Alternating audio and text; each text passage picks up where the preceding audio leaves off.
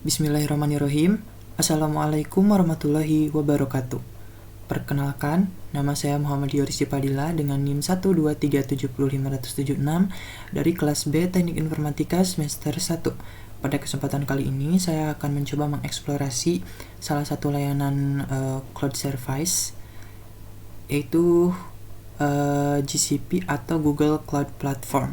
Sebenarnya ada banyak cloud service ya di internet atau dimanapun. Ini sebagai contohnya yaitu ada AWP itu dari Amazon dan juga Azure, betul saya bacanya kayak gimana, pokoknya Azure itu dari Microsoft kayak gitu. Ketiganya ini sama-sama memberikan layanan-layanan yang memungkinkan kita untuk dapat membuat sebuah program kayak gitu. Jadi di isinya itu apapun yang kita butuhin untuk membuat satu program kayak gitu ya. Punya cloud service. Nah, di sini saya ingin mengeksplorasi GCP karena menurut saya sering menggunakan Google gitu. Jadi Google tuh kayak gimana sih cloud service-nya kayak gitu. Cloud service yang dari Google tuh kayak gimana gitu. Nah, baik, kita buka terlebih dahulu Google Cloud Platform-nya. Di sini saya sudah masuk ke console cloud.google.com. Jadi kita bisa get started dari sini ya.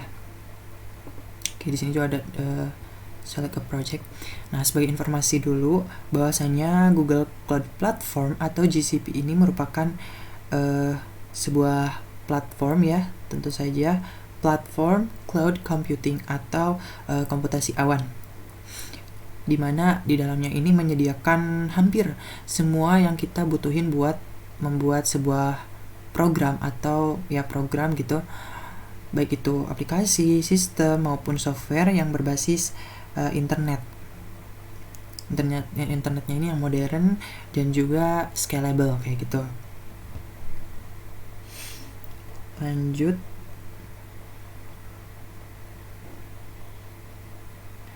Nah, lalu apa sih bedanya Google Cloud Platform ini dengan web hosting biasa kayak gitu ya. Jadi ini masuk web hosting ya, Google Cloud Platform ini. Terus apa bedanya sama yang lain gitu?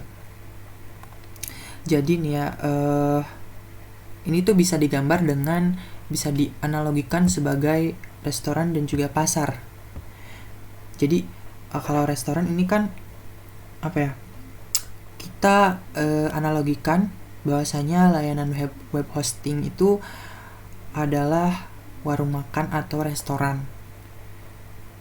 Lalu untuk AWS, Azure ataupun GCP ini dianalogikan sebagai pasar. Jadi bedanya kalau misalnya restoran itu kan kita ingin makan misalnya. Kita ingin makan, lalu kita terbatas pengen makan apa sesuai dengan apa yang ada di restoran tersebut.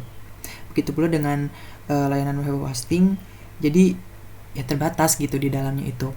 Jadi kita nggak bisa lebih bebas nge-explore gitu. Namun kalau di AWS atau GCP ini kan kita analogikan sebagai pasar. Jadi di pasar itu banyak ya, bukan hanya makanan yang sudah jadi saja, tapi misal kita tuh pengen makanan, ini tuh gak terbatas. Misal kita pengen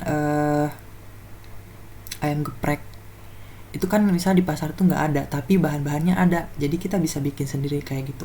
Jadi lebih bebas kalau pasar ini. Begitupun dengan layanan cloud GCP ini itu lebih bebas, kita mau ngapain aja kayak gitu. Jadi sudah disediakan mentahannya kayak gitu. Untuk fitur-fitur dari Google Cloud ini, jadi Google Cloud ini tuh bisa membuat menyediakan alat-alat atau bahan-bahan untuk beberapa program ya, banyak program seperti compute-nya ini ada App Engine, Compute Engine atau Container Engine kayak gitu. Lalu ini ya Compute Engine. Lalu setelahnya itu ada storage atau penyimpanan. Ini juga ada kayak Bigtable, Cloud Storage, Cloud SQL, lalu ada juga Cloud Storage kayak gitu. Ini ya Cloud Storage. Selanjutnya kita masuk ke Big Data. Jadi di Big Data juga Google Cloud ini menyediakan ada BigQuery, Pub atau Sub, terus ada Data Flow, Dataproc, dan juga Data Lab gitu. Lalu ada juga Machine Learning ya. Machine Learning yang ini termasuk kayak Vision API, Machine Learning, Speech API, ataupun Translate API kayak gitu. Oke.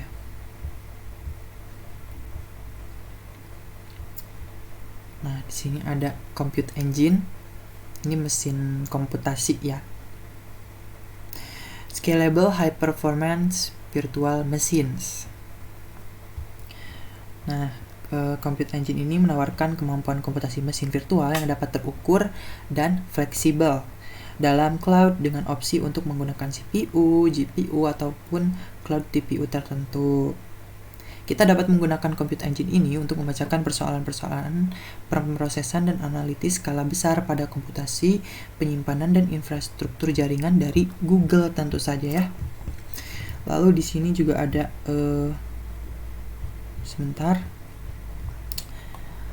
ini Cloud Storage ya. Jadi ya Cloud Storage itu nih di sini ada tagline-nya a powerful, simple, and cost-effective object storage service. Jadi di Google ini tuh kita bayar jika kita menggunakan web hosting dari sini ya, kita bayar namun sesuai apa yang website kita pakai gitu, kayak gitu. Misal saya tuh pakai cloud storage-nya yang Google tuh dikit gitu ya, jadi ya bayarnya juga objektif gitu, sesuai apa yang saya gunakan kayak gitu ya. Begitupun dengan Cloud SQL dan juga Cloud Run kayak gitu. Kita masuk ke Compute Engine.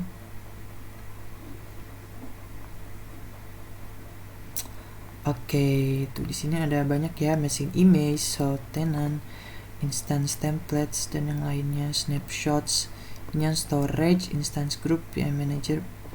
Oke. Virtual machines. Ini banyak ya dari Compute Engine. Ini ada alat-alatnya. Setting setting tuh ada metadata, zones, dan yang lainnya. Lalu bare metal solution, ada servers, networks, volumes, NFS, shares, procurements, maintenance events. Lalu ada VM manager, ada patch, OS policies, instance group. Ini health checks. Kita coba lihat. Oke, jadi kita langsung bisa bikin projectnya di sini kayak gitu, terus menambahkan alat-alatnya dari sini. Oke, di sini juga storage-nya ada di snapshots, image, instance groupnya, iya tadi udah, virtual machine-nya jadi udah ya. Kayak gitu, kita coba beralih ke yang lainnya. Sebentar. Oh ini. Tuh di sini juga ada banyak ya. Compute Engine.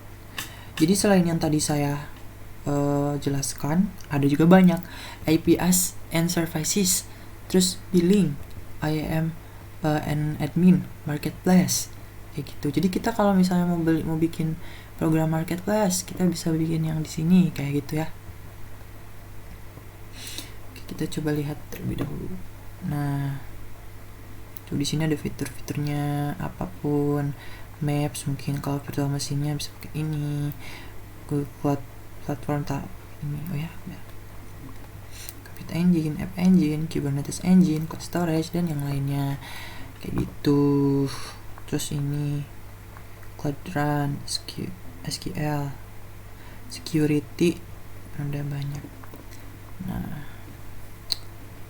kayak gitu. Ini juga di Google Cloud ini bisa free ya, namun nanti bakalan bayar ketika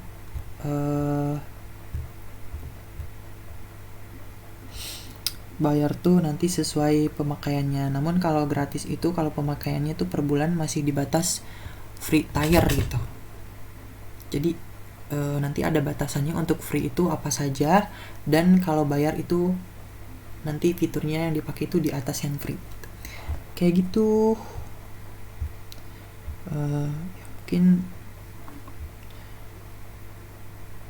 Mungkin sekian yang dapat saya sampaikan. Mohon maaf bila terdapat kesalahan.